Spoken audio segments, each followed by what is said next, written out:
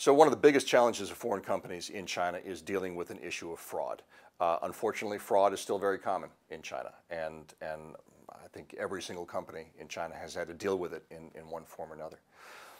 The challenging part of fraud is, well, first of all, doing the investigation. Investigations can be very difficult to do.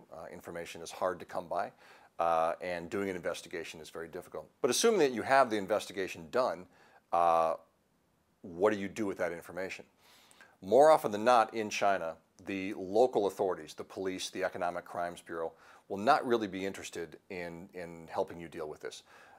White-collar crime to them, unless there's some issue of violence associated with it, is really not an interest of theirs. So you have to deal with it yourself. So you really effectively become the investigator, the prosecutor, judge, jury, and sentencer all together.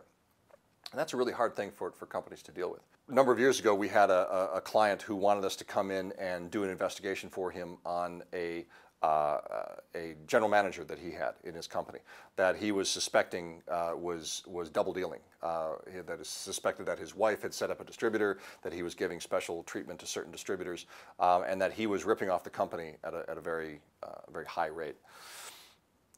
So we sat down with him as a CEO, sat down and said, well, here's how we do the investigation and everything. And at the end of the meeting, I said, hang on a sec, let's say we get the information here.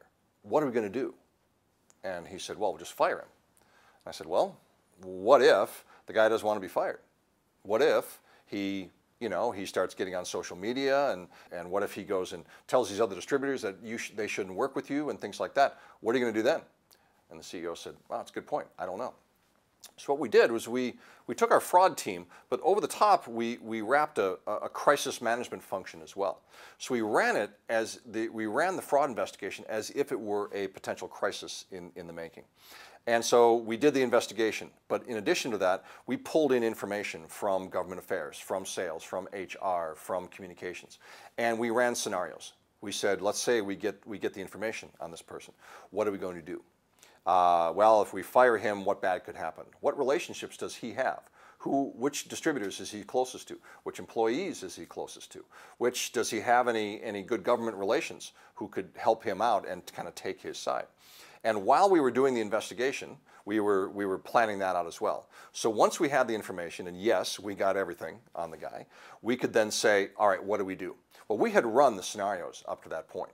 And we said, well, if we do this and this happens, how do we do this? So actually, we were able to go to him, and we were able to go to certain key distributors and tell them what was happening. We were able to go to key regulators and say, listen, we're going to be making some changes here. We want you to support us. So the company got ahead of the employee that they were firing. And actually, it was a very smooth process. The very week that was happening, we got a phone call from another company who said, we need your crisis team. We said, okay, why? They said, well, we had just done an investigation.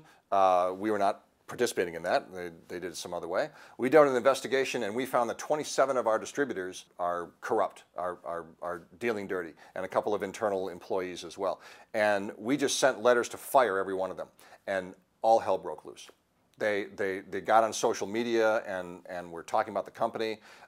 They had 5 of the distributors showed up at their office with baseball bats, literally, and were threatening the company. We need your crisis team to get involved.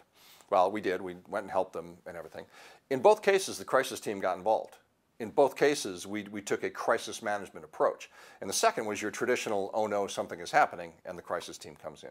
In the first case, which is by far the preferable case, you sit down in a more calm environment, you say what bad could happen, and we mitigate against that. In every single case right now of fraud in China that we work with, we wrap our crisis management expertise around the really good investigative capabilities that we have as well, and are able to come in and, assuming we get all the information, we're able to create solutions and that can avoid problems before they happen.